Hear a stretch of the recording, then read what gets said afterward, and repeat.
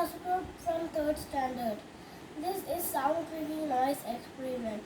For this we need 30 cm long thread, a scissors, a bottle cap, rubber band, buttons and a ruler.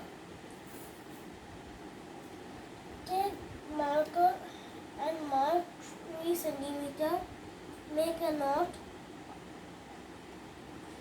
Then mark 2 cm and make another knot. Continue this. Take the edge of the thread and put into the hole of the buttons, then tie it. Take the rubber band, cut it. If it is bigger, you can make it small. Put the rubber band into the beside the hole, then tie it. Take the cap, make 2 V notches, put the rubber band there.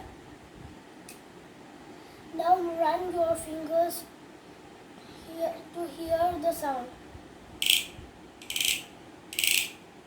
Wow, isn't it interesting?